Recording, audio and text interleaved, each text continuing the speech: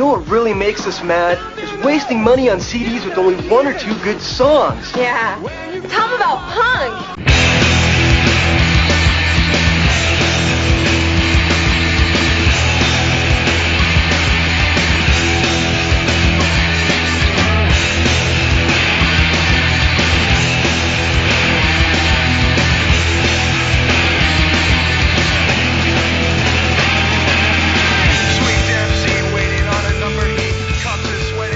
What's up, posers? Welcome to Punk Lotto Pod. I'm your co-host, Justin Hensley.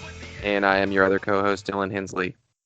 And today we are talking to Nicole O'Neill and Greg O'Neill, no relation, of the band Wife Patrol. What are we talking about today, Dylan?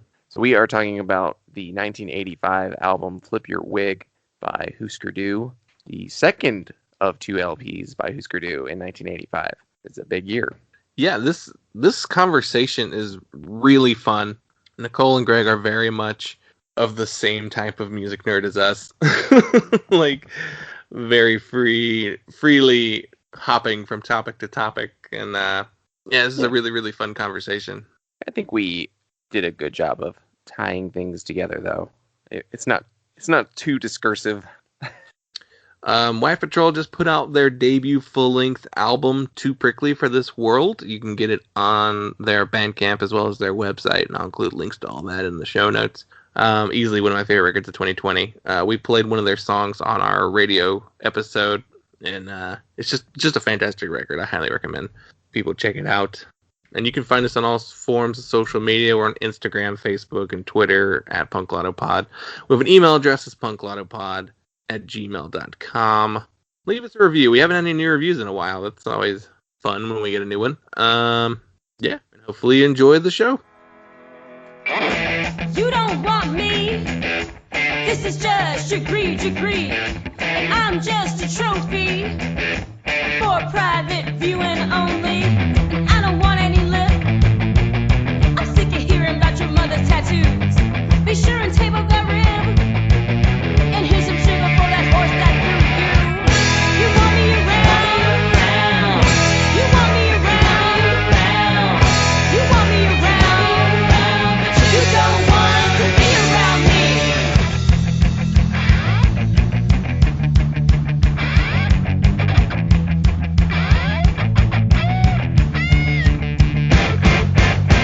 I'm a needle in hay, and nobody's got a dimple. So leave someone for me. I'm too prickly for this world. Get out of my way. And no thanks for stealing my horseshoe. It's out of luck anyway. So here's some sugar for the gag that threw you. You want me around. You want me around. You want me around. But you don't want to be around me. You want me around. You want me around. You want me around. But you don't want to be around me. What is Indianapolis like? I've never been there. I don't think I've ever been to Indiana either. What is it like? What is a city like? It's like, it's what's the size? How do you know about how big Phoenix is, like population wise, Dylan? Phoenix is, I can't remember the number off the top of my head, but it's like in the top 10. It's like 6th or 5th largest city. Okay, so once you get like beneath the top 10, I think you start memorizing how populous your city is, so that you can kind of compare it to all the cities around you. But we're like 1 million people, so but it's a very sprawled out city. It's kind of an artificially big city because it's a county-sized city. So it's like not very dense. But the downtown, I don't know. Nicole, help me out. What is it? This question always stumps us. I think I've lived in Indiana since I was 9, and I've lived in the 2 largest cities, Indianapolis and Fort Wayne, besides being in Bloomington for school. But they all seem like small towns clustered together to make a city. Yeah. You could say you're in the city, but you don't, like, it's not a city like going to New York is a city. There's a downtown core and there's stuff, but for the most part, it's still a lot of small towns that are clustered together to make the city, and very different like identities across different parts of town. That's city. how I see Indiana in terms of its like city vibe. Is there are cities, there are things like buses and infrastructure, but it's not near as connected as Cable television. city. It's Is city of Indianapolis neighborhoods comparable is how- to is Indianapolis in size comparable to Louisville? It's a lot bigger than Louisville. I think Louisville is something like 300,000 or something, but I could be wrong about that. But it's like it's a bigger city than it feels like Indianapolis. So I guess really what I ask is more like, is it cool? Like, is there like a cool scene, like an That's the art question. scene? there are scenes, there's bands. Asking though, like most musicians were nerds for the most part, and then we got instruments and like things to do. So like, what really is cool? Have we ever really been cool? It has no. I think like if you're asking, is it cool? The answer is no. It has no like cachet. So in that way, it's not cool. But it's like virtually any other American city over 500,000 people, where it's got like its own history, its own scene history, its own bands. Like Zero Boys were the big like early punk band in indie. There were like Para Ubu and Devo played here like early on. We had like our punk and new wave club, Crazy Owls in the 80s, and that kind of got stuff. When Black Flag would come on tour, they had like whatever, a VFW or like an empty storefront or something that they would play in. And so we were part of the like punk rock 80s tour route that also went through places like Pierre, South Dakota or whatever. And so like, it's part of many cities like that. But as jazz here too. Like as far as music in general goes, not just punk, but it has an R&B scene from the 60s and 70s that's largely forgotten, I think, though there's still some people carrying the torch. It has like Wes Montgomery's from Indianapolis, so there's for almost, probably 80 years, there's been a consistent jazz scene in Indianapolis that also no one knows about, except for the people who kind of carry the torch for jazz in the 21st century and people who kind of take it seriously, I guess. But for punk and rock, like indie bands, it's never had a scene that broke nationally, and it's surrounded by Chicago, Detroit, and all the Ohio punk towns. So it's kind of like hard to distinguish, I think, from all that. You have the same effect as like Phoenix. Phoenix is a huge city, but historically it doesn't have like a great scene. Though there are notable, obviously some pretty big name bands, Jimmy Eat World, and that have broken from Phoenix. Well, the Phoenix Metro, because I think most of them are like East Valley bands actually. Like what's their names? Gin Blossoms were like from Tempe. Yes.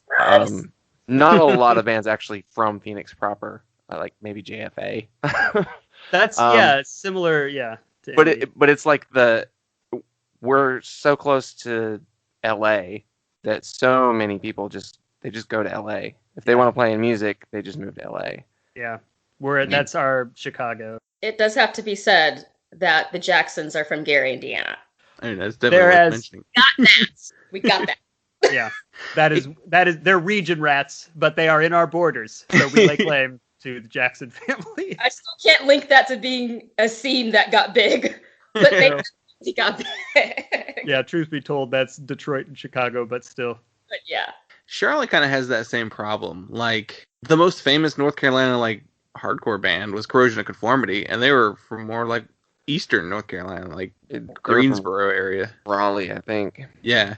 Like, Anti-Scene is Charlotte's, like, classic punk band, and they're, like, redneck punks with, like, with Confederate flags and all their stuff. So, like, they're not cool. And then, like, Black Flag would do the Milestone. That was, like, the one stop on the way down, I guess, if they were going to Atlanta, maybe. But yeah, it's right. I guess everybody would just go to DC if you're from this area and you wanted to be in like a cool punk band. It's like 5 hours north or something like that, 6 hours.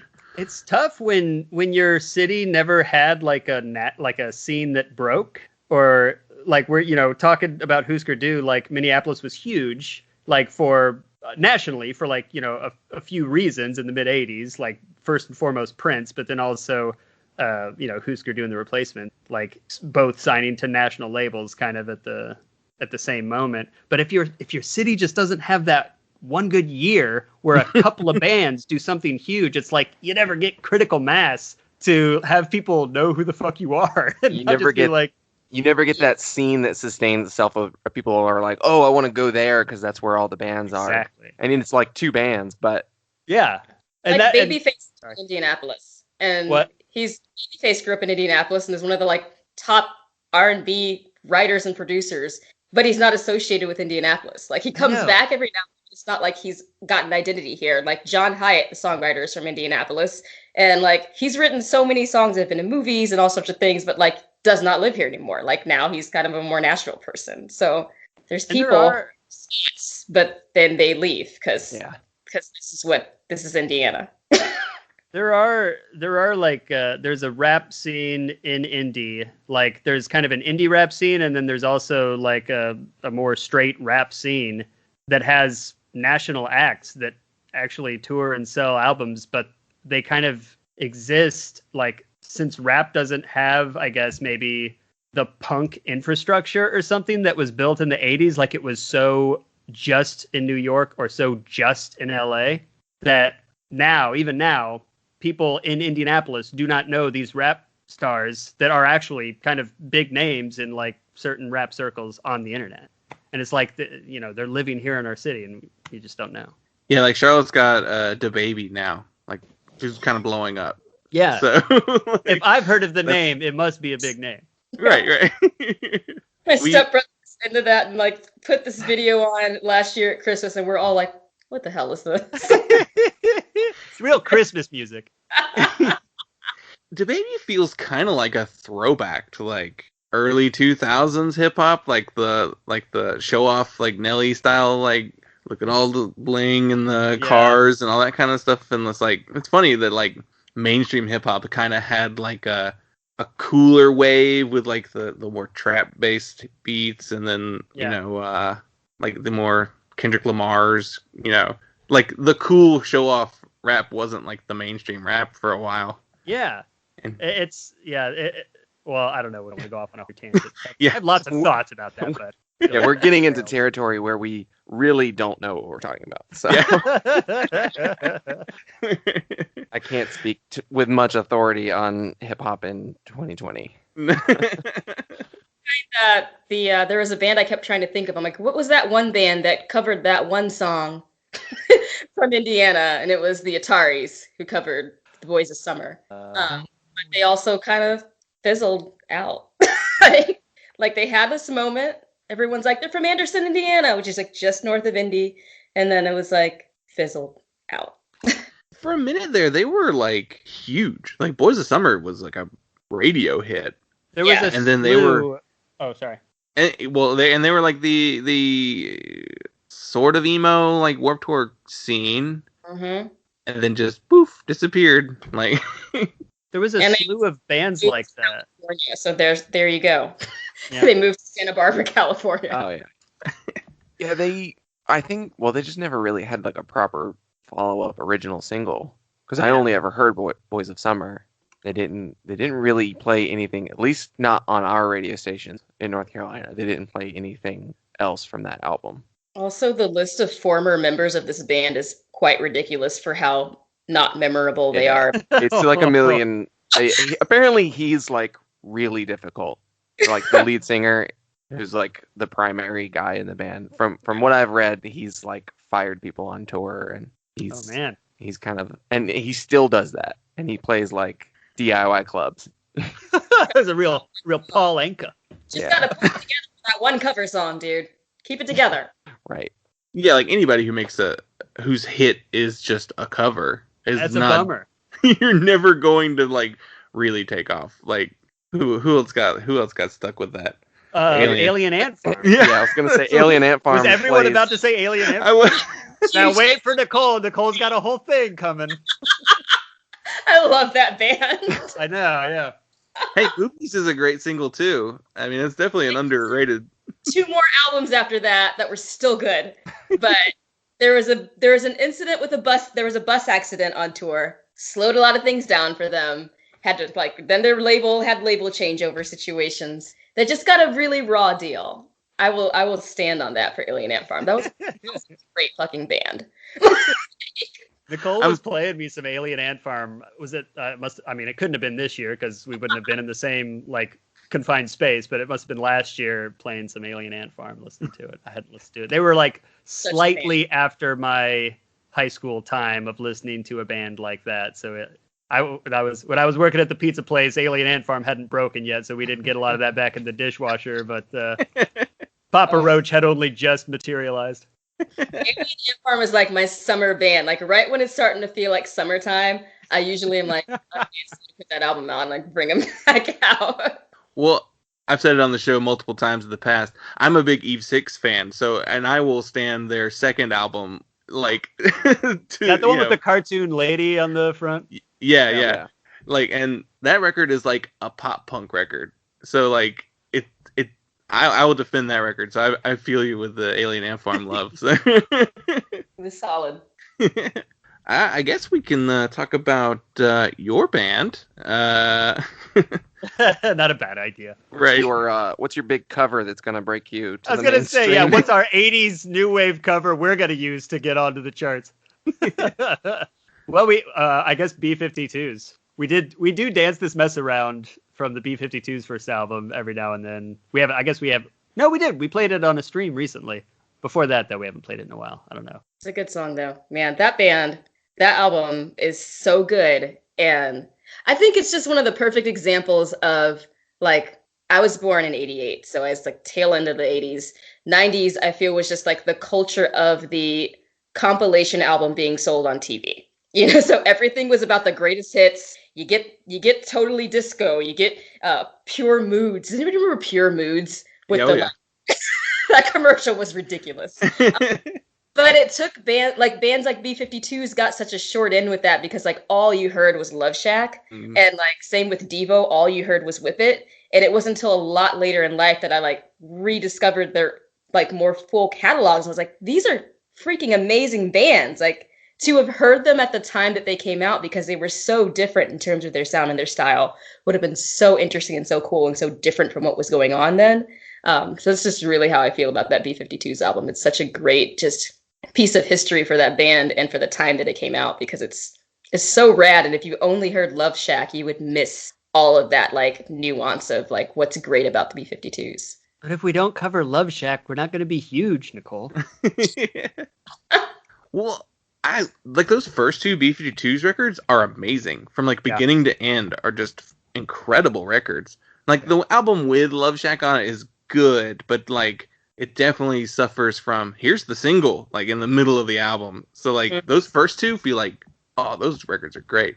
Well, and before her brother died, the guitarist, it seemed like he was kind of, obviously they had their most successful years after that, but with him in the band, they had their most just unkillable music.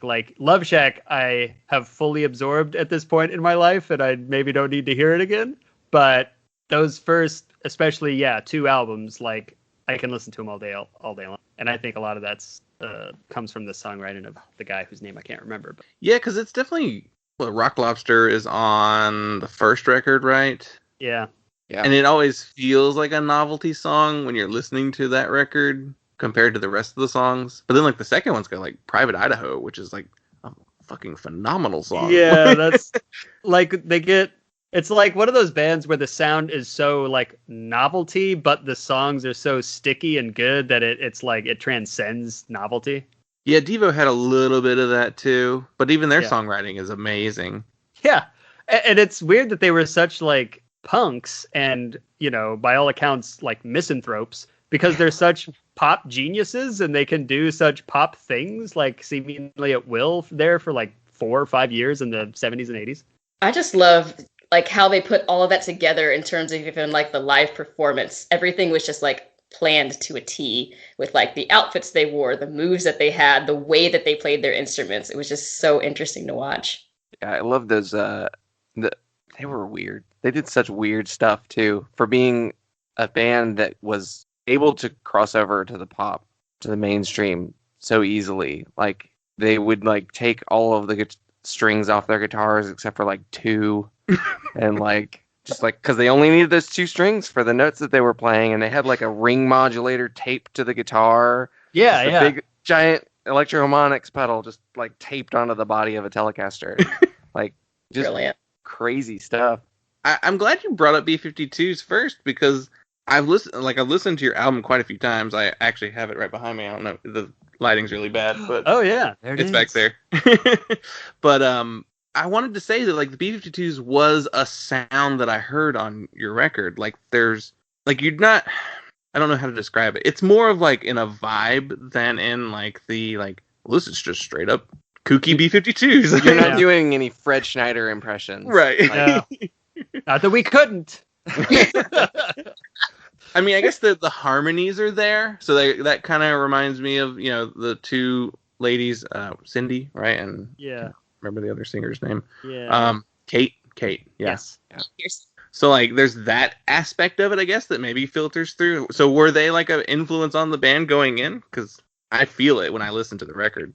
I mean, yeah, I actually got that album from my bandmates as a birthday gift and just literally listened to it for days on end, and was like, when I kept coming back to Dance This Mess Around, and I was like, Greg could do that voice. We should cover that song, you know? They do all 16 dances. It's kind of where it started in terms of us covering that song, and then, you know, we'd all just really loved that album, and that's one of a lot of kind of crossover we had as 3 individuals who listened to a lot of different types of music. That was definitely a band that resonated with us all. So I could see that seeping into our style a lot. It was kind of a song that we learned on as a band because we did it early, Dance This Mess Around. So Nicole brought it as like, hey, we should cover this song. And I listened to it with an ear to covering it. And I was like, there's not a lot of song in this song. It's kind of just a lot of vamping and Fred and Kate just kind of shouting back and forth at each other. But then once we kind of played it a few times and got it down, it is such a blast to play that song. And so, you know, yeah, we don't try to write to sound like the B-52s. I don't think we could necessarily, but writing with an eye to maybe trading vocals is something that kind of comes from that song, and just the spirit of the performance and the fun of it kind of comes out in some of our songs too, I think. Yeah, definitely. I like the trading vocals aspect.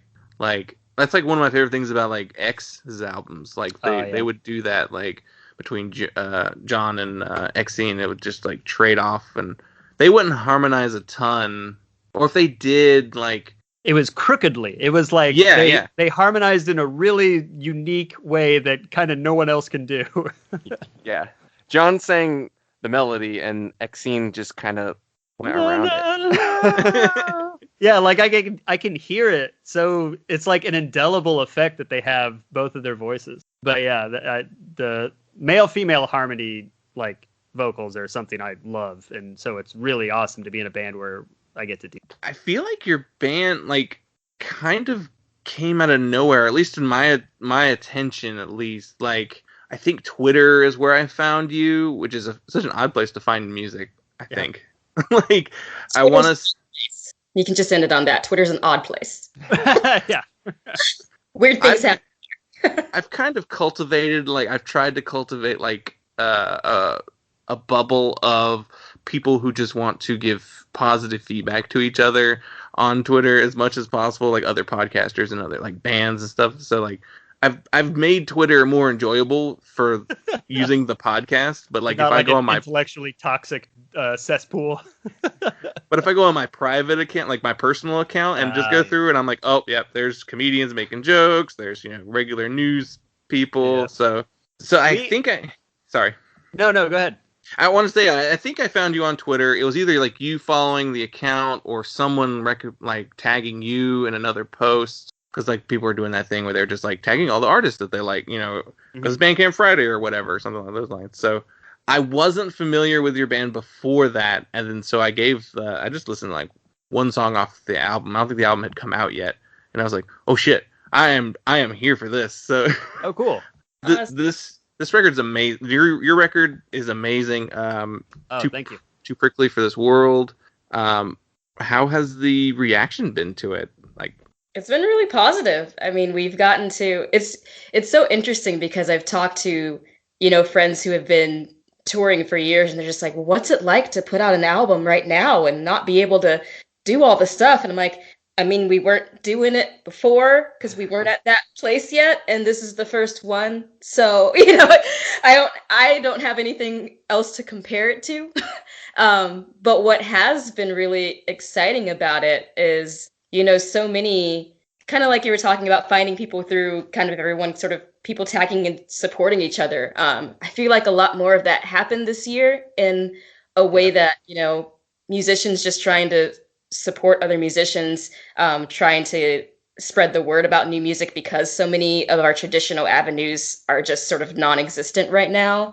And so that's just been really exciting to sort of, in the spirit of if you were on tour with some of these other bands and you'd kind of like hit it off and be like band buddies. I feel like that happened, but not in the person to person way. It was, over doing live streams together or sharing a tweet on Twitter or tagging each other in an Instagram post about like, well, it is Bandcamp Friday and we know that so-and-so's album's coming out and it's really good and we think you should listen to that, and just really supporting each other in these sort of round robin ways. And that's been really, really cool. It's been a great way to meet new people and just get excited and stay excited about music. Well, it's been, speaking of kind of creating a bubble of music on Twitter, along those lines, this has been like this era of kind of smaller independent music has been such a unified and just time. Like everyone is trying to build each other up because, we are all lucky enough to have, jobs where this isn't how we're making our living. So not being out on the road, we're paying and losing money. But there are bands who, that this was how they made their living. And so a lot of people are just trying to boost everyone. And I think we kind of got sucked up into that. And then, it kind of picked up its own momentum and it got reviewed places and started getting on other people's radars that we didn't approach or anything. And so that was all really cool. Like it just kind of caught a draft and got going on its own. And then the more people heard it, more people heard it. But I don't know what would have happened had this circumstance not presented itself. But that's just kind of how it's taken place. I do think this year is doing interesting things to independent music and a lot of things that could be really great going forward if we sustain this once live shows can happen again. I think that communal aspect especially on like Twitter and platforms like that, where it's easy to present a lot of data and a lot of information about bands, all at one time. Like you can just tag, like Justin said, like 10 bands, and you can just click through them and check them all out and really quickly and really easily. And I feel like that's something that I don't think that was happening before this year. Not a lot. And I agree. Yeah. It's something that could very easily continue and I think maybe people were more used to the way that they were doing things before, and it was a lot more individualistic and a lot more like we need to go out on the road and make a good impression and be successful on our own, instead of saying like, hey, here's all our buddies, they're all making great music. I think that's something that could really, really change the way the music industry operates. Especially when things resurface, when things do go back to somewhat normal, it's going to be a lot harder because so many venues are closed, so many spaces are going away. So it's going to be much needed to get things moving again. Well, this time sort of forced lots of bands, including ours, to take full advantage of the tools available to you that have no geographical tether. So, we talked about it's tough for a city like Indianapolis, who never had a scene, kind of break through. We've kind of found ourselves a part of a scene that is, ephemeral, that exists in the theoretical space of the internet. And so like-minded people are kind of in this scene, and it's not just a geographically based scene. So that is something that, that we need to be doing this. Like we have this incredible communications tool at our disposal. Like we got to use every positive thing about it to get everyone who needs to be together. the kind of thing that I feel like has been said about the internet in terms of like how it intersects with music, but I haven't seen it like this. And I've been on the internet for almost 2 decades and been discovering a lot of music that way on the internet for most of that time. And I've never seen it like this. I think there were the Blogspot years, Yes. and then when that ended, when all of like the mega upload rapid share sites were all shut down, there was a real lull in the way independent music was. It went back to being very heavily gatekept. Yeah, I agree. And I think Yeah. we're swinging back out of that, which is great. I think that's a really good point too, is like thinking about gatekeepers. I think this year has also forced a lot of people to think outside of the norm and realize how many people have been traditionally left out of the music conversation in terms of different genders, in terms of different races, in terms of different identities. So many different industries have had this like awakening this year of like, oh, everybody here is white. We haven't really said anything about it or done anything about it. Yeah. We haven't looked for anyone, and it's something that, I've dealt with a lot and had people say, well, we don't know any girl bands, so could you name them? And it's like, well, go out and look. There are so many bands all around, but if you're never looking for them and you're always contacting your buddy and they're Yes. contacting your buddy and they're never looking for anything else because you've never had to look for anything else, you end up in a world where everybody looks just like you. And there are so many people excluded from that.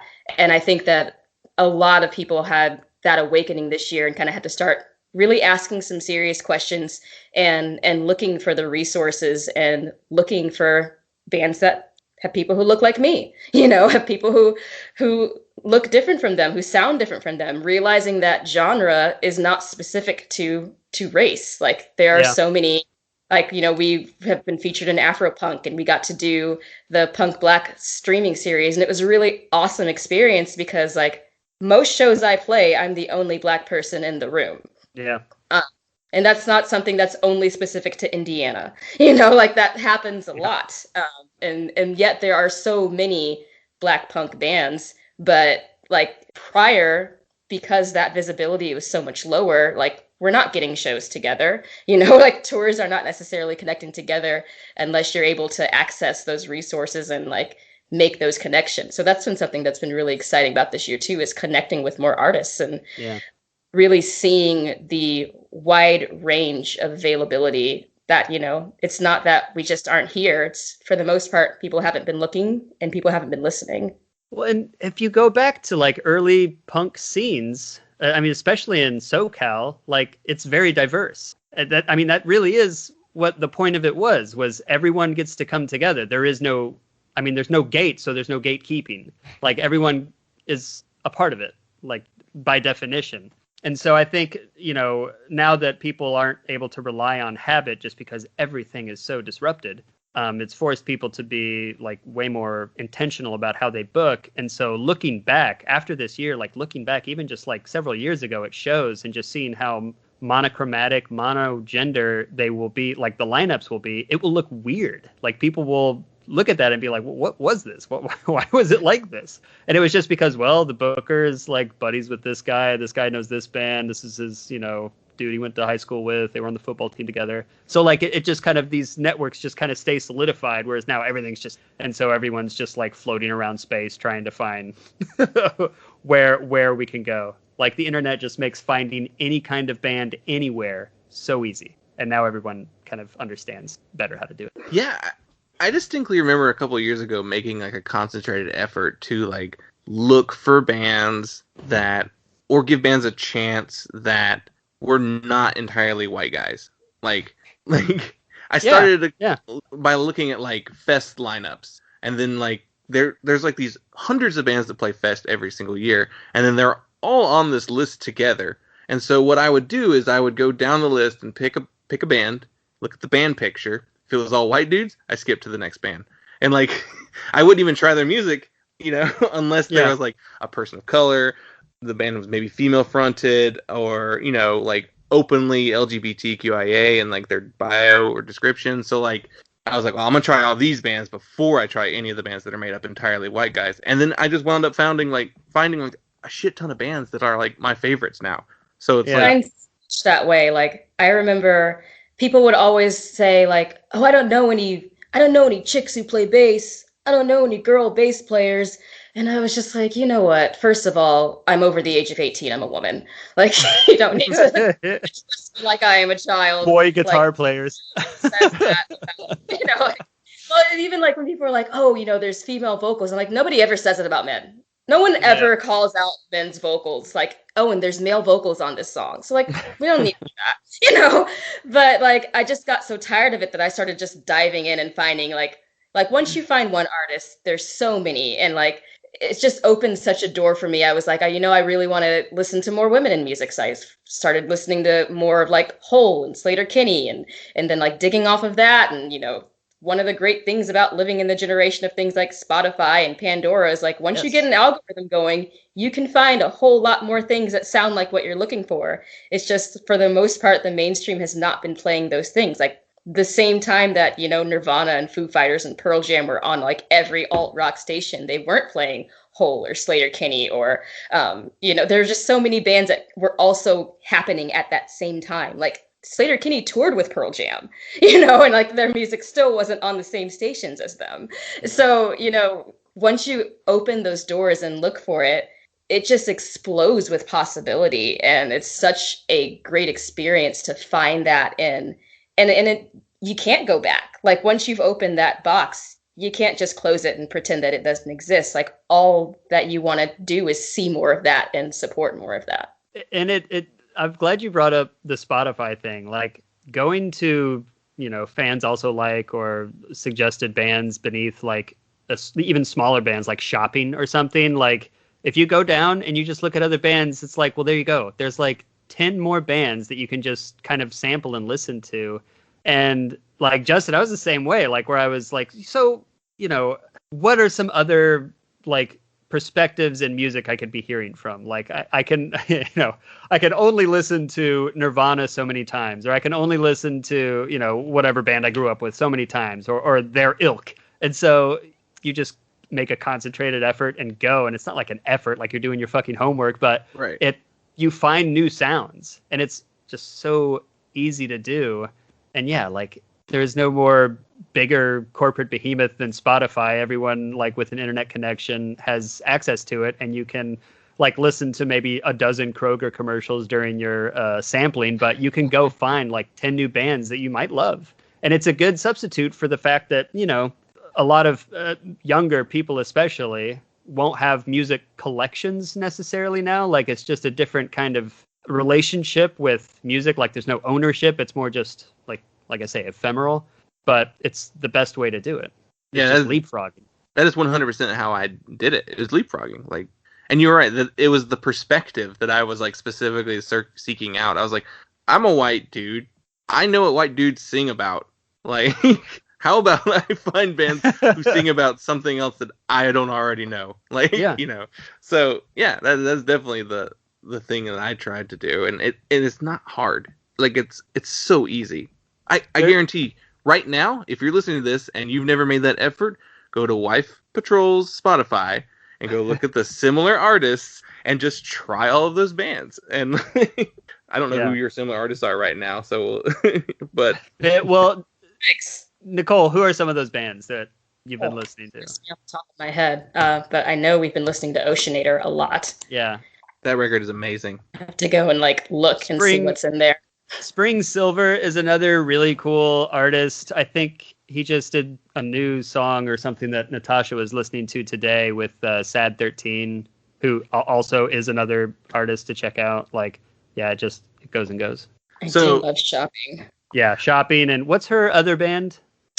Oof. That's worth mentioning. Now that you asked me, I can't remember what it is, but it's really good. I like it. I like them as much as Shopping. Yeah. Looking at your similar artists on Spotify, I see 3 past guests. We have Oceanator, which we had Elise on the show. There's All Right, who we've had Sarah and Josh from that band on the show, and And John, that's right. He's like a secret member of the band for Yeah. a long time. But and Bacai, who we had Rena and Kate, yeah, on the show too. So like right there's 4 people that we've talked to on this show, or more than 4 people we've talked to on the show. That like, there you go. Now try some other artists. And I found the other Rachel Aggs band. It's Trash Kit. So if you're like Gang of 4 or like Au Pairs, any of that like kind of gnarly UK post-punk stuff, Trash Kit. Also check out Big Joni and then check out Big Decolonize. Joni. You'll find so many artists on the Decolonize Fest lineup. Yeah, for sure. We're here to educate. And Charm Pit. Yeah, that Charm Pit record's good. Yeah. It's so funny. We like immediately start talking about your band and then immediately change subjects. But we suck at promotion. Well, I wanted to say so I was looking at the record today and I was like, there's no label on this thing. Like, was this a self-released record? Yeah. What motivated you to just decide to do it on your own? Complete and total indifference by the marketplace. There's no one else who was offering to put it out. I mean, we didn't like shop it around necessarily, but yeah. Sorry, Nicole, go ahead. Oh no, I was just gonna say, like, what else were we going to do? Like, what else were we going to fill 2020 with? Our album was done. We had done all the recording in 2019. We spent months recording this one actually, and then like right around time things started locked down, we were just about to send it to mastering anyway. So we were like, well, that's going to be done and checked off the list, and we can either sit on it for a year, but if we did that, like, we were not going to be playing any shows, you know. So you're just sort of sitting in terms of your music career just on a standstill, and you know, it just seemed kind of ridiculous to let it just sit there. Like, we were really proud of the record. We worked really hard on it. It was done. And it's like, you know, we might as well put it out, especially when people don't have anything to do but listen to it. Yeah. And like, as for not using a label or anything, I think we are 3 very like specific and opinionated people who like things to be a certain way. And we like getting a democracy of 3 is already, you know, a handful, let alone like having to fulfill some obligation. Like, we're, you know, all over 30s with full-time jobs, not necessary. Ooh, am I frozen? No, you're good. Oh, okay. But you guys are frozen for me. Oh, weird. Okay, there it goes. We were just listening and yeah, what was I saying? Yeah. yeah. The but yeah, like, not touring extensively even in normal times. So, you know, we weren't like going to go out and start selling a bunch of records in Walla Walla or something like at a bar. So recouping expenses and things. So we like things to be done. We did the cover ourselves. We sent we like interacted with the mastering engineer ourselves. We recorded a chunk of it ourselves, though we did also have like a recording engineer who was a buddy, and we were kind of working with him the whole time. So I don't know. The fun part is doing it yourself anyway. Like, so I keep it all under one roof. It's punk. That's the whole attitude. That's the whole ethos. Like, we're not going to sit here and wait for CBS Records to give us a deal. You know, we're going to put out a record. We're going to start our own record label. We're going to record it ourselves. I mean, that's where it started. I mean, and a deal that would roughly probably be a bummer. Like, that you would have to give away so much. Like, not just money, but like, you know, you can't do exactly what you want to do necessarily. And that's, you know, that would be such a glorious position to be in, but I want to do what I want to do. It ties right into the album we're going to be talking about today and what was going on in the career times of Hüsker Dü.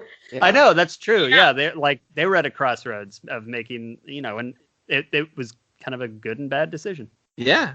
So before we dive fully into Hüsker Dü, I guess we could talk about, we signed you the year 1985. And I never knew that all was good for humankind. We are the sons of no one, bastards of the earth. We are the sons of no one, bastards of the earth. But I woke up this morning with a piece of glass caught in my throat.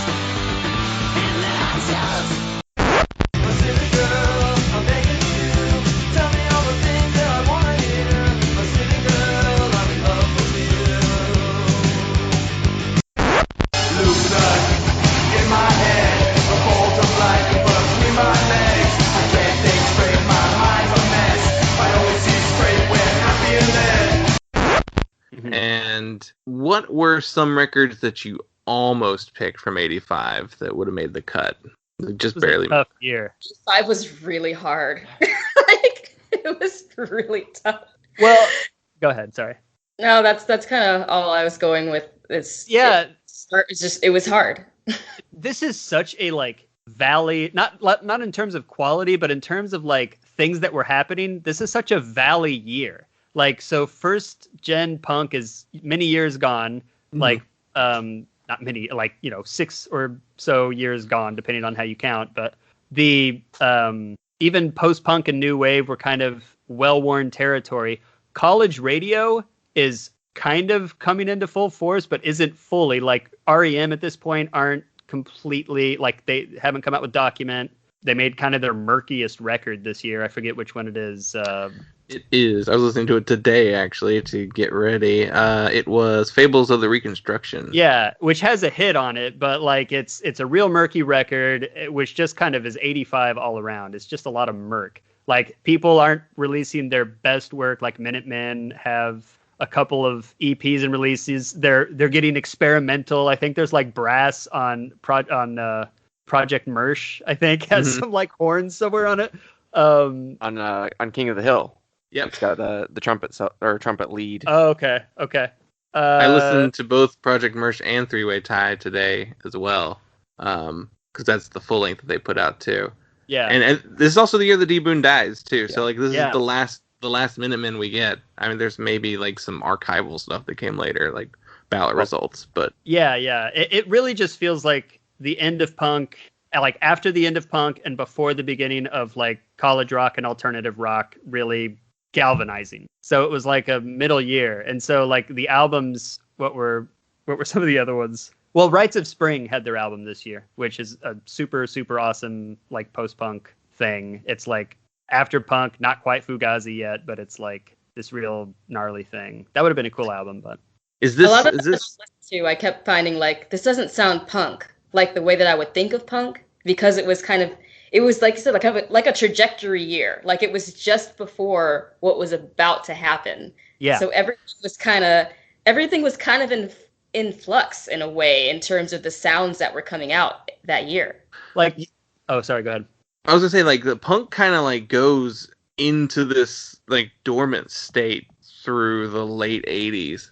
Like, there's a lot of the more like the crossover stuff, like the thrash influenced hardcore stuff, and college rock is the thing that is like kind of the sound, because like the punk bands left are like Bad Religion.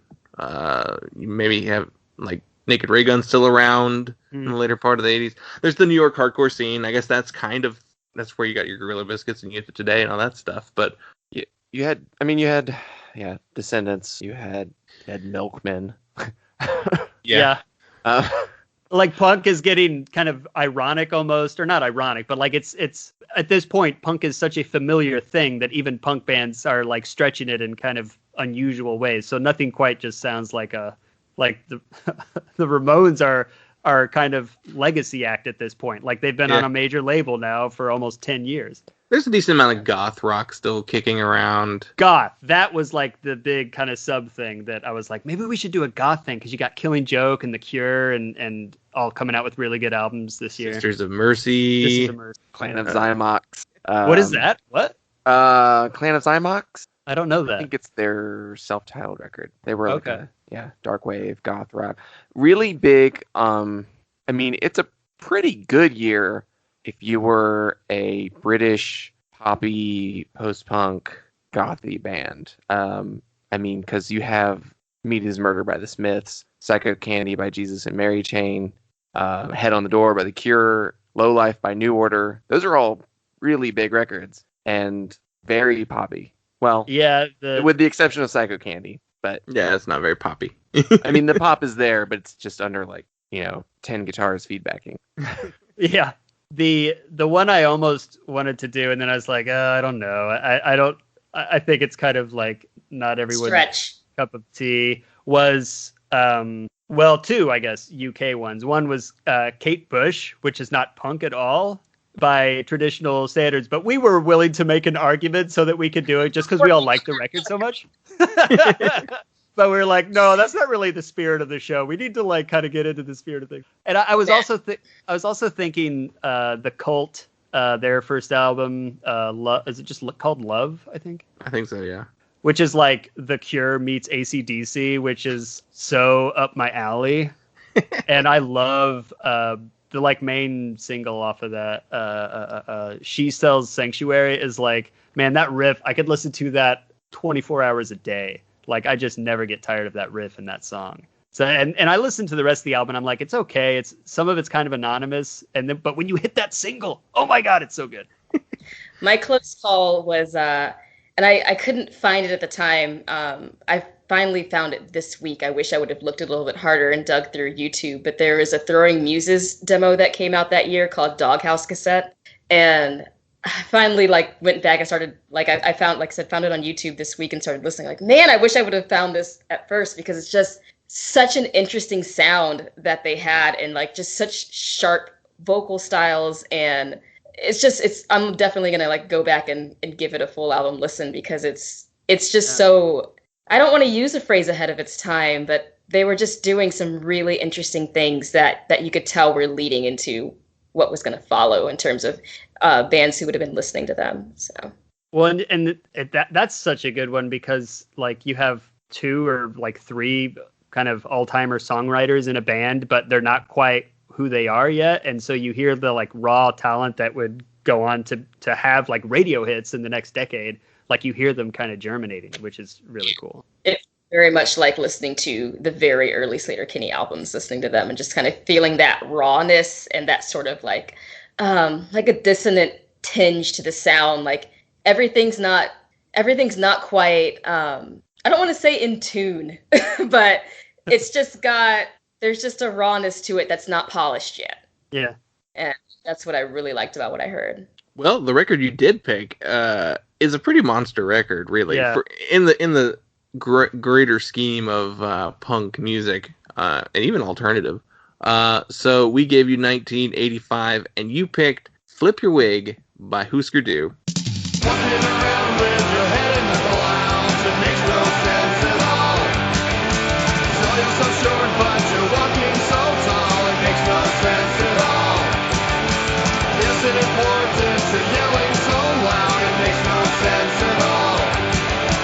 Walking around with your head in the clouds makes no difference at all. It makes no sense at all. Makes no difference at all. Well, I don't know why you wanna tell me when I'm right or when I'm wrong. It's the same thing in your mind. The only time I'm right is when I play along.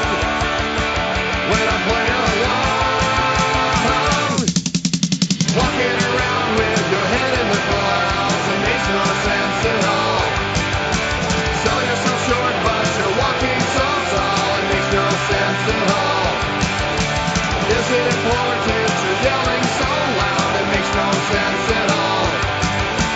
Walking around with your head in the clouds makes no difference at all. Yeah, it makes no sense. I guess the first thing I usually ask before we really get into the record is, why'd you pick this one? I think I first brought it up going through the list and just kind of feeling like so many names felt like it would be kind of too obvious to pick. And I landed at Hüsker Dü because it was a band that I've known about. I've known about members of that band, but I hadn't really listened a lot to that band. Yeah. And I didn't know of Hüsker Dü until I watched the Foo Fighters Back and Forth documentary when that came out, and Bob Mould was featured on one of the songs on the Wasting Light album. And so he like shows up in this documentary, because I was a huge Foo Fighters fan. Like, I started learning to play bass playing Foo Fighters songs. And this guy walks in, and Dave Grohl's just hyping him up, like, I can't believe I'm in the room with him, and like I left a part out so we could write it together. And like, he's just so like, Dave Grohl's one of those people who's like the rock star who still loves rock and roll. like a real music fan, like never stops being a super music fan. geeked out. And I'm like, who is this guy, and should I know who he is? So I remember that was kind of my introduction to Bob Mould. I actually rewatched that documentary last night just so I could kind of like remember how that felt in that moment. And that's what led me to kind of start listening to a little bit and getting more familiar with the work. So it seemed like a good choice of something that I wasn't familiar with but was curious about. I knew of the name, I knew a bit of the legacy, but it seemed like a really good place to dive in. And it's hard to pick album, like most of the albums are albums I had not heard before or was not familiar with that album from that artist. So you want to be able to talk about something with some sense of like connection or some sense of connection. And that was something that I'm like, I feel like I could dive into this and it would be something I would enjoy and not feel like it was too much of a chore to try to like come up with something to say. You know, it's funny. Oh, sorry, I don't mean to cut you off. I wanted to mention that like I'm currently trying to book another band right now for an upcoming episode, and 2 members said they wanted to do the show, and then I gave them the list of the year that I'm going to have them talk about, and then neither one of them could agree on anything. Like they were like, neither one of us could feel confident enough talking about the other person's pick. Yeah. So then they wound up switching which members of the bands are even going to be on the episode. So now it's 2 different members are going to talk about a record. So it was an ordeal. Yeah, I liked it. I liked finding the record because like when we picked 80s as the decade, we were really banking on like 81, 82 or something. Like, but then when you came back with 85, I was like, oh, this is like the year. This is like even Prince had like a weird off album this year. This was like a weird, left foot year. But I'm kind of similar to Nicole for Hüsker Du. Like they weren't ever one of my main bands, and I came to punk even kind of like I started listening to punk when I joined a punk band when I was like 24 or something, 23, 24. And so prior to this, my only exposure to Hüsker Du was Makes No Sense at All got played on the radio when Nirvana got big. So I'm born in 1981. So when I was like 10, 11, Nirvana explodes and suddenly suburban Indianapolis has alternative music on the radio. And it must have made the DJs so happy because every like 10th or so. Oop, did we lose Nicole? Nicole! I just have to go check on my food, and I didn't want to interrupt you guys or have you okay. following me to the kitchen. Well, I brought up the 90s, so it'll be some time, I think, before I'm fun. I kind of felt this going. I'm like, this is a good check on my food time. I'm going to go do that. And then Greg shit. me out. It's the smoke break. It's the we put on. Oh, great! He brought up the '90s. All right, so true. And Ross Perot was running for office. So DJs would like every 10th song play something that they probably just loved from their own like college years or something. And so you would hear like the Smithereens hits from the 80s or just college rock, like early college rock. And so, or even, The Cult got played on the radio all of a sudden, like 10 years later.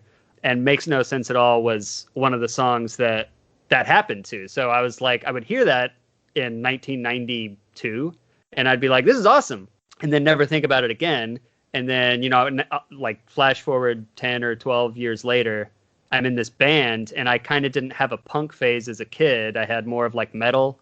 And for some reason, punk and metal just kind of diverge after middle school or something. And you don't look at it until like you're a little bit more mature or older or something. I don't know. But so all of my friends in this punk band started giving me some stuff to listen to. And that's when I started listening to Wire and some of the UK punk, like early Meat Puppets, and Hüsker Du was one of those bands. And so I knew, of course, Hüsker Du was like a big deal, and I should have listened to them at some point. And I listened to like Zen Arcade, and I was like, eesh. Like the production, like SST house production style was not my cup of tea. Like the guitar is just so like it I don't know, it like grates more than it shreds. But then like this album was a little more, I mean, as songwriters too, they're like kind of getting a little bit more, God, I don't even know what to say, orchestrated or something, arranged. Like the hardcore is still there, but it's like become like they're assimilating all kinds of songwriting ideas that were always kind of a part of their band, but now they're like more brought to the fore. So I felt like this album was like, and now that I listen to it, it is my favorite Hüsker Du album. Like, it's the one I can listen to all the way through, no skips, and just kind of ride with it. It's funny you brought up like the DJs, because then it just made me realize too. I was like, is that why Violent Femmes got really big? Exactly. Yeah. Because that record came out way earlier, like a full decade prior. Yeah. Before Blister in the Sun became like a lead single, and yeah, it was like the Cults on the radio. A lot of art, like I knew tons of REM songs from 80s records, like before they even had their big hit stuff, like major label stuff. So like, that's funny. I didn't think about it being like the DJs were like, hell yeah, I can play some Cheap Trick now on the modern rock station. Yeah, because it's like profitable. It's like, you know, it's part of the business model now to like be edgy and kind of unpredictable. What a blessing. You could play the music that directly preceded this music that is really popular, that didn't have commercial appeal then, but now does. Yeah. Because what has commercial appeal now is like sloppy, grating, bleeding vocals and. Well, let me run through some stats on the record. This is the fourth Hüsker Du album and their second album in 1985. It was released in September, 9 months after New Day Rising, their previous record on SST. This was also released on SST Records, and it was the last for the label. The neat thing about that is that they had already signed to Warner Brothers by the time this record came out, but they felt such loyalty to the label that they just let SST be the ones to release it. So, oh wow, that's shockingly cool of them. I mean, they had a good relationship too, so it's not unusual. And then the personnel on this record is Bob Mould on guitar and vocals, Grant Hart on drums and vocals, and Greg Norton on bass. And the record was produced by the band, breaking from the tradition of having Spot produce all the SST records. The production, you brought it up a little bit, and this is the first one they got to do themselves, because they wanted to do New Day Rising on their own, but SST was like, no, we're going to use Spot. And it's so funny because Spot did all the Minutemen records, and those records sound great. But they also are playing a very, very different style of music. Well, yeah. I mean, Minutemen had the very strict separation of frequencies between guitar and bass. They were like, D was always insisted on the guitar is the treble instrument. I'm going to turn the treble up. I'm going to turn all the bass down. And Mike was the bass, and he was all the treble down, bass up. Like, at least when they played live, and I think that attitude carries into their recordings. And you also have to factor in Dee's guitar tone is purely a Telecaster playing through a really loud amp. Yeah. And not much else. There's not really, I mean, like a tube screamer on a solo. That's it. Like, he was a very clean guitar player. So that, I think, cuts through the lower fidelity of Spot's engineering abilities. Well, and Bob Mould is all distortion. Oh my God, yeah. Like, so when you mic that poorly and record it through, maybe not great preamps or whatever, it's pretty hairy. It's slicing. And that is, I know that for a lot of people and friends of mine who got me into these records, that's part of it. Like, that's a feature, not a bug, is that it just like kind of goes straight for your eye sockets, that guitar sound. But the way he kind of insists the guitar sound is like that. Like, I was looking at Nicole. Nicole, are you there? I hope nothing caught on fire. I just dropped a ton of stuff in the kitchen, but I was like, let me go turn it off mute, and then like we're good. I'm here. We'll just talk about tone a lot longer, and then we'll. Yeah. Oh, I can talk about tone all night. Like 2 more minutes on tone, and we'll be good to go. I believe it was an MXR Distortion Plus he was using in 1985. But yeah, like it's partly, I think, Spot's sort of very Spartan production technique, but also it is a choice that Bob Mould is making to have his guitar sound, very snowy, and it's there's that, and then there's the reverb they just slather on the drums, which makes it also very kind of it's not like weak sounding, because no band is more bursting through brick walls than Hüsker do, but it still has this quality of making it feel very just kind of airy and atmospheric, and not as like direct and punchy as a Minutemen album. Yeah. And it's like and this happened throughout the 80s, where I don't know who it was, if it was who did snare, if it was like Phil Collins or Huey Lewis or whoever did that with the snare to make it like crack through mixes. Everyone was like, oh, you just put reverb on the drums. But that was not exactly the technique. And so when you did that to other bands who didn't have the technique down, it just kind of made it all real muddy and gushy. But like this record, it kind of coalesces and works. And the music is a forceful like blizzard, like Minneapolis blizzard coming at you. Blizzard is such a better word, because I would have said like underwater. But being a Minneapolis band, that like, oh yeah, snow. That's what it is. It's not. Yeah. And Replacements kind of had that too a little bit in some of their kind of twin tone, and then not Tim so much, I guess, but Let It Be was sort of that way. I went with tidal wave whenever that was what came to mind when I thought of this sound, because it just seemed like a lot of times almost like the vocals were trying to survive this tidal wave of sound. Oh yeah. Like they're really just kind of hanging over, trying to kind of compete with it. Especially on like the Grant songs. Like, yeah, he's real buried in some of those songs, which he used to come out a lot clearer on like the earlier records, more so than Bob. I think it's because Grant is trying to like get a little bit more of a singing voice while still like being and playing this really loud music.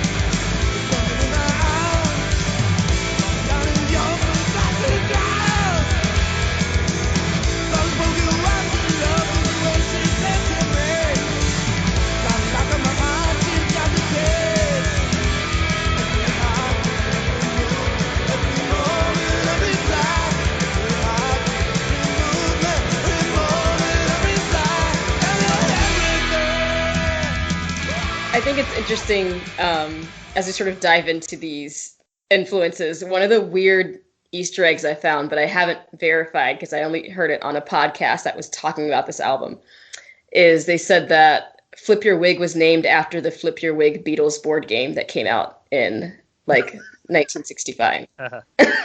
And in that concert that I watched in 1985, they covered, which song was it? Ticket to Ride. Yeah, they covered Ticket to Ride in that show, which was actually really brilliant to have that song covered in like Hüsker Du style. And then also Hüsker Du was like a child's memory game. So like these like references to games happening both in the band name and the title of this album. Yeah. I found really interesting, but also just that influence of Beatles and pop and, melodies and a good chorus. And you can definitely sort of see that in this space. They are such, like, I know people always do this with bands that have two songwriters where they're like, who's the Lennon, who's the McCartney? But they have such a Lennon-McCartney vibe where, Mold is Lennon, Heart is McCartney. I mean, they even fucking look kind of like distorted Midwestern versions of either of those guys. But like the really acerbic and biting Mold, and the more, at least on this album, the more pop and doe-eyed Heart, it just is like peanut butter and chocolate. Those two things, when you put them in a band, I'm sure there's lots of tension behind the scenes, but it always results in good stuff. Who's responsible for the Baby song? Oh, God, gosh. that's Oh my true. There are gosh. 3 songs on this album that, so for listening purposes, if you just bought this album in 1985 and you put it on and you hear the Baby song, and then you hear, what are the last 2 songs called? Oh, yeah. The Wit and Wisdom and Don't Know Yet. You hear those 3 songs, and it's like cool for the experience of listening to the album, but those are 3 tracks you have burned in the running order of this album. It's sorry. Oh, go ahead. It was just Say, I found an article. I found an article on AV Club called "The Turd and the Caviar: 24 Songs That Almost Derail Great Albums," and the baby songs 19. man, the babies like the first as soon as today when I was like re-listening to it again, and he gets to the baby song, I was like fuck, skip. Everything about it is just it's uncomfortable. I have to say, it's uncomfortable. Why would they have done it? Like Supposedly clearly this album. dedicated to his love child that was born that year. Oh, To really? Hunt's love child that was born that year. Yes. Oh. I had no idea. I hadn't seen that. That's crazy. All right. Well, now I feel bad for talking shit about it, but still, like, it doesn't. That's your B-side. Put Mary Tyler Moore theme on the album. Yeah.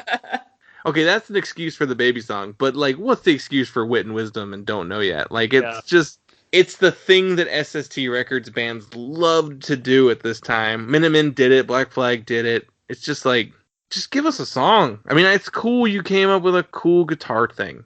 It's cool, yes, but it's not fun to listen to. And why'd you put two of them back to back at the very end of the album? It's the two of them, right? The Wit and Wisdom, it sounds like it could end the album.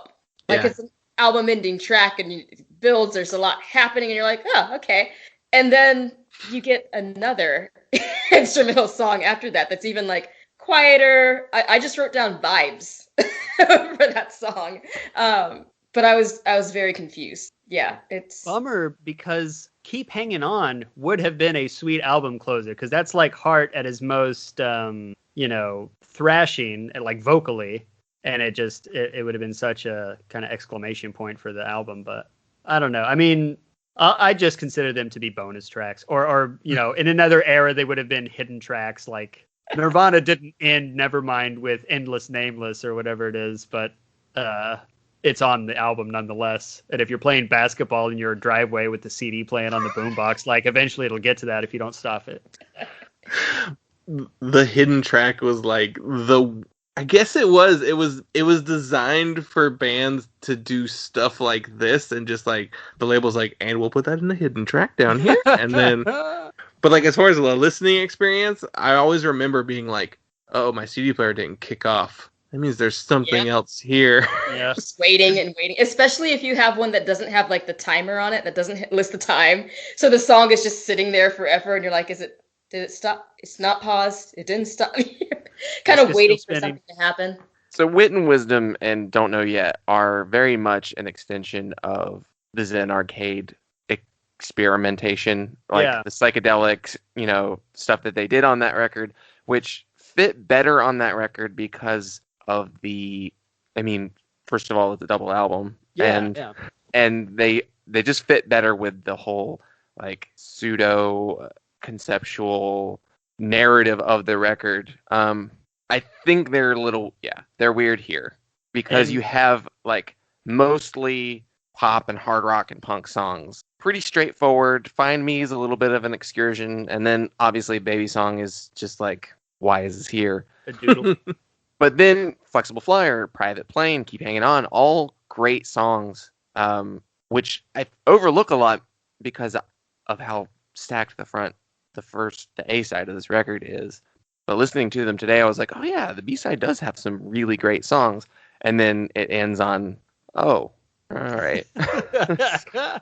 Weird. That's a good point, that they're kind of like Zen Arcade holdovers almost, that I don't know. I mean, who knows? They sound I'm sure they came from this session, but yeah, they do sound like whatever that song is, Turn on the News or whatever, where you hear like TV on the Zen Arcade album. Like you could have stuck these, one on side B, another on side C or something. Yeah, they're similar to like the backwards masked, or like the one song that's played forward and then it's like played backwards and that kind of thing, which New Day Rising has some oddities too. Like Books About UFOs is kind of an odd song on that record. How to Skin a Cat, that's absolutely like SST, like, what are you doing? Like Books About UFOs is kind of that like kind of piano. That's the one with the piano, bouncy. yeah. Yeah, okay. And then like How to Skin a Cat, they're like, we'll feed the rats to the cats and the cats to the rats, and we'll get the cat skins for nothing. Just something that the Meat Puppets or Minutemen would have done. It's just a weird. There's always some weird thing about these Midwest like punk bands. It's why they just can't be straight up cool. There's always got to be some weird kind of little hitch about them, or they're just absolute fall down drunks like the Replacements, and like something always kind of stands in the way. Well, the UK did it too. Like they were all about some like just goofy shit on some of those records. Like the Damned would do that. I was about to say. Like the Turkey song being on like or just their career in general, like as it progresses, it gets more and more bizarre. We talked about 85 a couple times in the past, and we talked about Phantasmagoria. That was the 85 Damned record, and that's the first goth record, which the Black Album and Strawberries have some of that darker element to it, and you always look like a vampire from the beginning, but that was the one where they just like go fully into the goth rock operatic thing. It's so weird when bands do that. Like when Gang of Four goes and becomes like a disco band, but like 10 years after disco or something. Like their first album is such a shred, like anti-corporate statement. And then like a couple albums later, it's on the dance floor and you're like, wait, what? In uniform. Like, why are you? And it's not like don't experiment. Experiment. I mean, you've given us a classic. Do whatever the hell you want. Like, but it is always weird when that is the impulse for a band is to be like completely, like take a Garth Brooks, Chris Gaines left turn and just like I'm gonna be something different. This next album, you're not even gonna recognize me. I mean, at least Garth Brooks changed his name for it. Yeah. But not that everybody has to change their name to have a new identity, but like. It's very interesting when that happens and you've built a legacy on a sound and then you just go complete 180 and it's like, oh, okay. Yeah. Like if Candy Apple Grey had come out after, Metal Circus or any of the like earliest Hüsker Du, it'd been like, whoa, this is crazy. But like along the gradient of their path, you see all that stuff coming and it makes kind of more sense. To me, it's odd that they ever got signed to Warner. Yeah, it's insane. Like, what were they like? Were the execs like that's Zen Arcade record? That's something we would do. Like, were they sending them like some of this Flip Your Wig material maybe as demo? I don't know. I mean, I'm curious. I've never understood. Yeah. I'm curious if it's a situation of like the labels are always sort of behind the times at this point. Like what's new and what's shifting, they're still, paces behind. So then when they finally think they've caught up, that's when they're kind of offering these deals that are happening. And, you see the same, like one of my favorite movies to watch is Singles. And just how there was so much capitalization on the grunge scene that it just sort of like implodes at one point because, what was grunge is now not. And then now it's a look and they're selling it in the stores because suddenly like capitalism is caught up. But like the bands are so far removed at this point, and like the fans that have been there through the ride are so far removed, but the execs think they finally have it. Well, and it can only be imitation after that. Like after you sort of created its genre, that's when you get like Candlebox or Stone Temple Pilots or any bands that come up with good songs, but it's like it's imitation. With Hüsker Du, it's like what are you hearing that sounds commercial? In any sense, like it could only have been you're looking at, Black Flag on tour or SST bands on tour, package tours where it's like Meat Puppets and Hüsker Du and whoever else. Was still there at that point too. Yeah, and they're not going to get signed to a major for another 5 years or something. But like you see these tours and it's like, oh, there's money to be made in this weird punk subculture still, like in the mid 1980s, and it's like purely like. I just don't, because I love Hüsker Du, but as a man at Warner Brothers who needs to make literally millions of dollars to break even on bands, Right? Like, what are you thinking? Yeah. Yeah, I think it was trying to capture a subculture, but it's interesting because I don't know because in '85 we're in the heyday of arena rock, hair metal, new wave. Like, there's already, I feel like, a lot of subcultures being. I mean, you had metal coming from, the narrative is that metal won the Sunset Strip war and replaced punk, and metal is what became the popular alternative genre, or the aggressive music for the mainstream. So metal was very successful at this time. That's true. So it's odd that they were trying to do something that was similar but not the same. Do you think it could possibly have had anything to do with the fact that it's 1985, Prince had come out with Purple Rain on Warner Brothers, he's in Minneapolis. Do you think they think there's some Minneapolis heat? Like I don't know who got signed first, Replacements or Hüsker Du. Obviously, what label does Tim come out on? Well, Tim is this year, I guess, isn't it? It's 85. Yeah. So maybe they both do major label at approximately the same time. But I wonder if it's like Minneapolis is happening, it's popping. Let's snatch up because Hüsker Du is like the biggest selling band on SST right now. So let's just get the biggest of these bands. Minneapolis plus punk plus biggest SST band will equal a commercial success. I wonder if Purple Rain. It really could. Like, it could just be Minneapolis is like the deciding factor, because mainstream wise, either that or whatever A&R rep or whatever it was that signed them was really ahead of the game and was like, no, this is going to be killer on the radio in a couple years. Like this REM band ahead of the game. Yeah. Mm-hmm. Was trying. Maybe he's an A&R guy who's just actually plugged in and like actually reading Cream and reading the magazines and is actually out there on the street and is listening to because in 85 college rock radio it's a thing. It's starting to really take off, and those bands are starting to go somewhere. So maybe it was just someone was just too eager to capture that thread, and then he did it way too soon.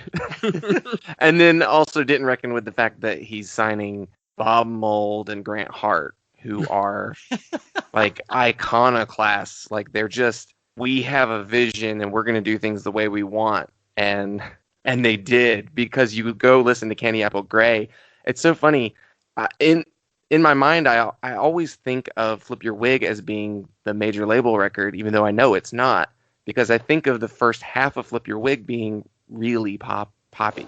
And you go and put Candy Apple Grey on, and the first song is Crystal, and Bob Mould is just shrieking about an airplane crashing. Like, it's a hardcore song right up front after they've signed to a major label. Yeah, that's weird.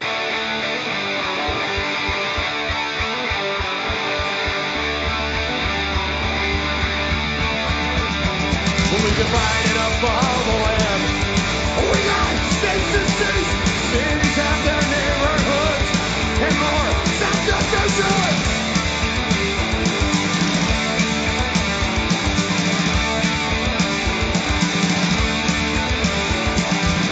The country divided by wall, ocean and latitude. In longitude, longing to find out just what the missing was.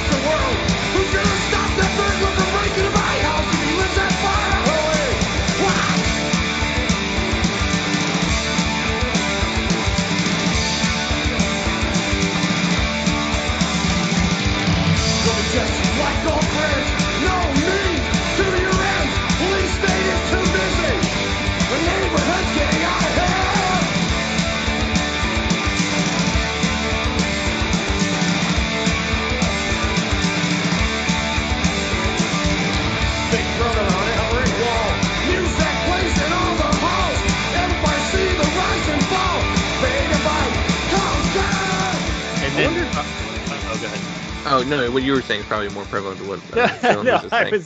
I was going to opine on REM also signing to Warner Brothers, but I guess that was still a couple years away. Like, this really is sort of the earliest bands that go to the majors, like Hüsker Du and the Replacements. They're sort of the first sort of like misfit, underground bands that get to the major labels. And it becomes this like tradition going forward. Like, why the fuck did a major label sign Shudder to Think?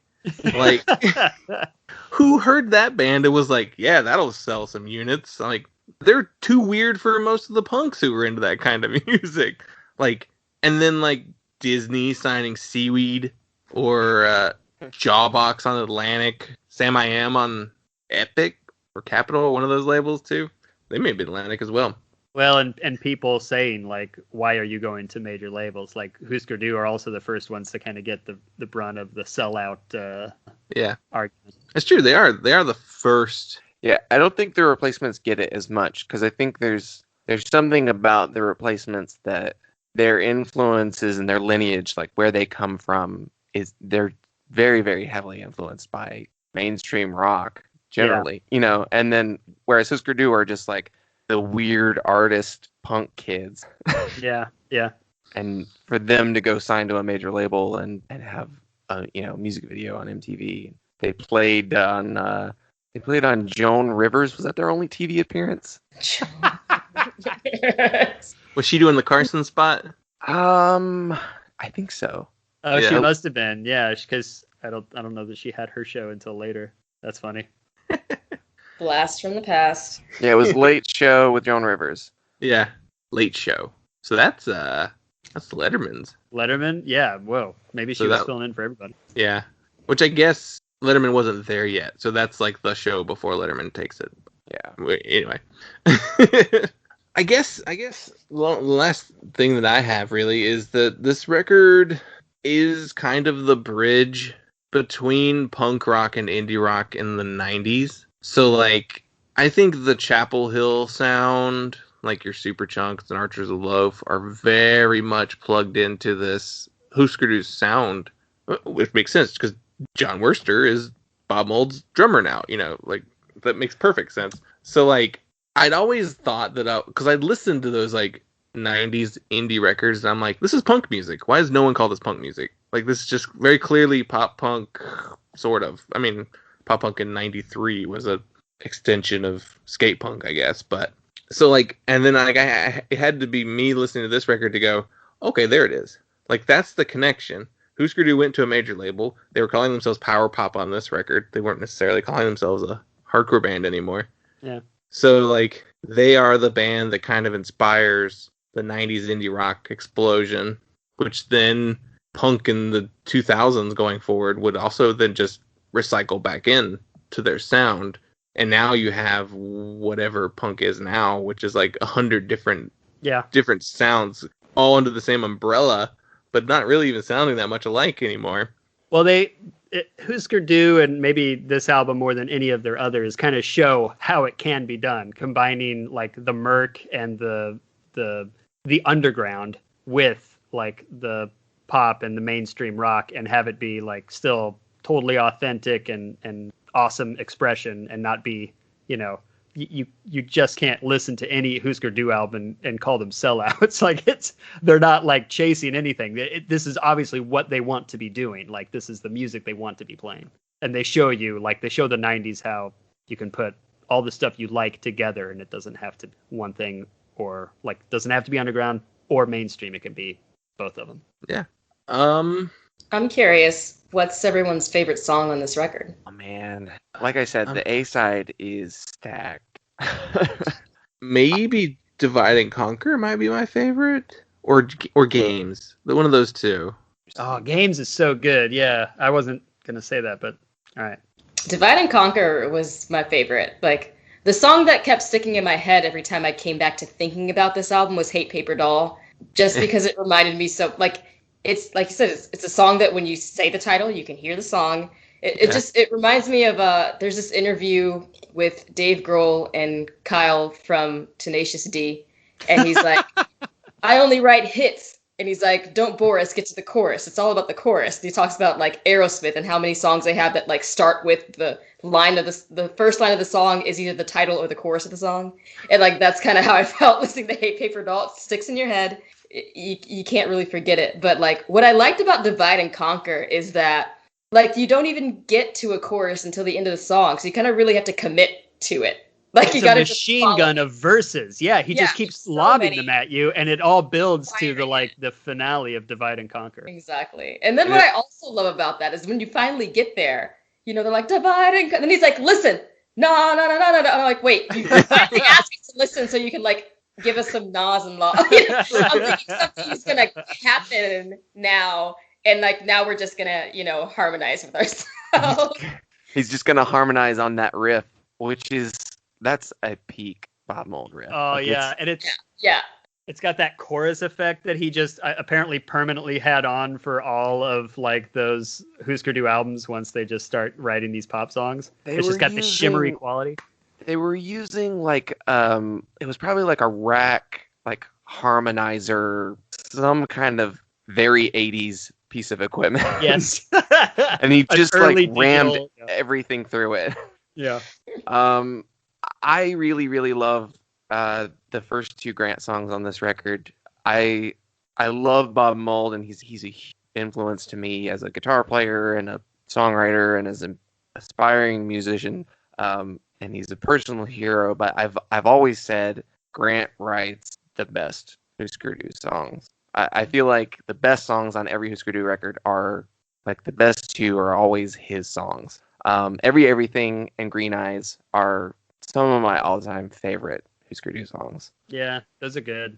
Those are solid. I think just because it sort of was coming at me today, Find Me is the song I'm thinking about the most, even though I you know, it's not the one that sticks out immediately, but you know, after listening to this album so many times over the years, like it's the one that today I was like, boy, this is a very unusual song. It's got such a distinct mood to it, and it's so impressive that you can capture that mood in a 3-piece hardcore band without using really anything other than your band. Like it gets to a really unusual spot sonically, and it just like summons this emotion in the song that is, you know, nothing to do with just like 3-chord bashers. It's like a very unique thing.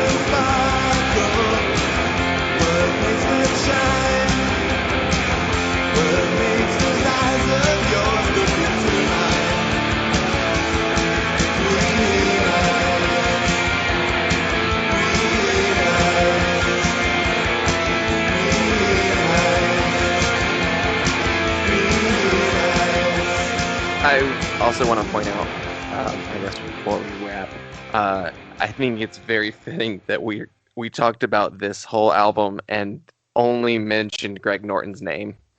Like one time. We didn't talk about him at all, creatively, anything that he's doing musically. Like, he's just there, and that's it. And I feel like Bob and Grant would both be like, absolutely okay with that, because Bob and Grant, I think, hate Greg more than they hate each other. Oh man! If we were talking about Zen Arcade, we could talk about just how he, you know, kicks the doors down at the beginning of the album or something. But yeah, no, that's can't have this stuff without the bass. But yeah, it is funny because I was thinking earlier too. I don't remember what the specific thing we were talking about. We were talking about like Bob and Grant singing, I think. And then I was like, and what is Greg even doing? That was what I was going to say. But I never did. He's just I will there. say, I was impressed watching that concert footage. Yes. That it seems like he's a one-finger bass player, which was pretty impressive for what was going on. So He's digging in. No, and live. Okay, well, it's good that you said that, because it must be said he does his part. Like the timbre of guitar and vocals in this band needs a bass guitar to balance it out. And live, especially, you can see like he is doing a ton of work that, you know, obviously goes unappreciated, but still is like totally fundamental to the songs. Yeah.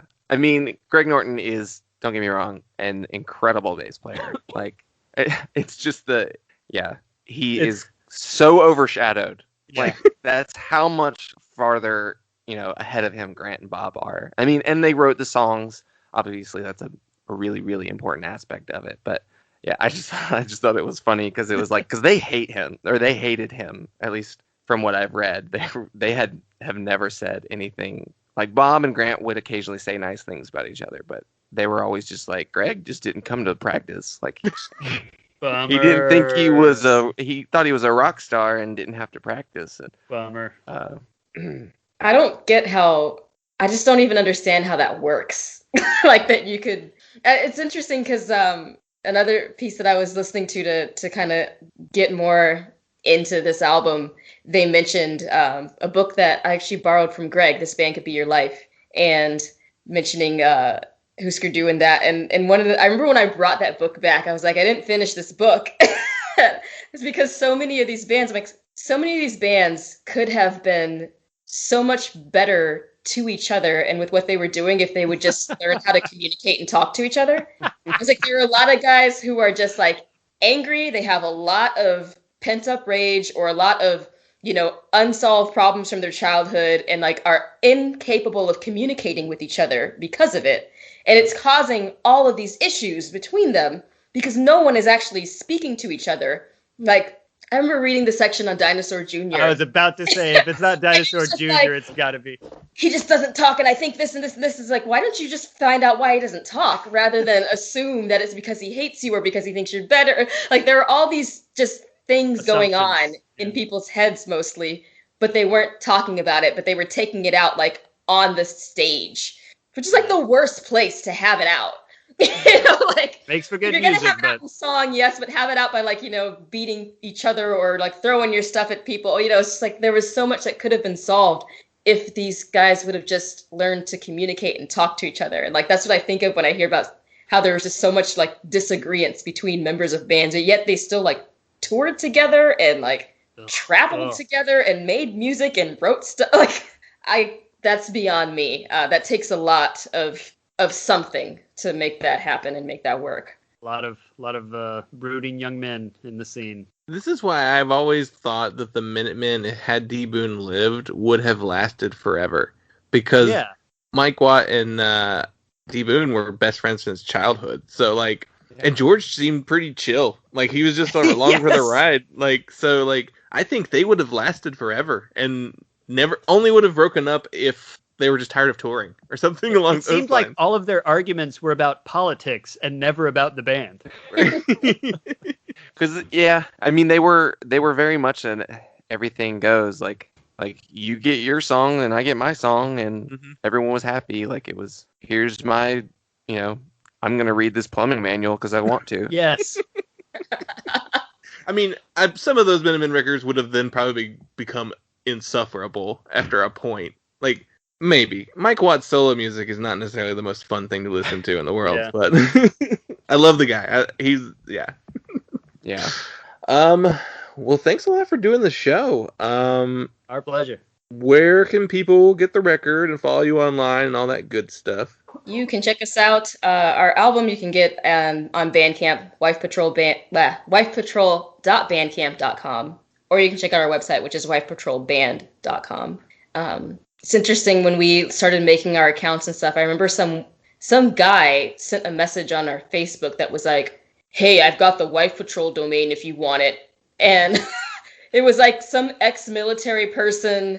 Their page was really questionable, and I was just like, no, I don't really know what Wife Patrol means for you, but I don't want to get it. We're gonna block that message. But yeah, wifepatrol.bandcamp.com, wifepatrolband.com. We're on all the social medias at Wife Patrol. But yeah, that's where you can find us, and maybe one day we'll play a concert in your town or city.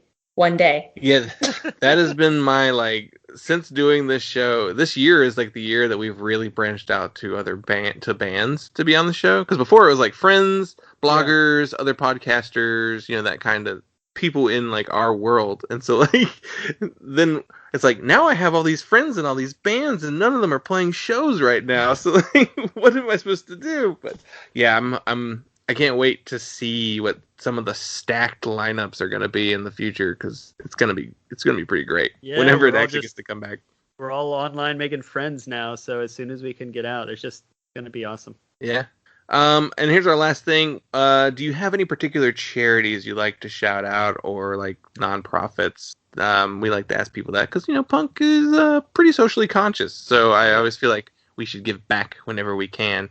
I wasn't thinking about that one. Oh yeah, that would have been. I guess I should start including that in notes, because I feel like I surprise people with that every week. I was like, what's I mean, off the top of my head, just thinking about what you were just saying, supporting your local scenes how best you can, whether that's buying music from musicians, buying music from your local record stores, contributing if there is a fund for either venues or artists in your community.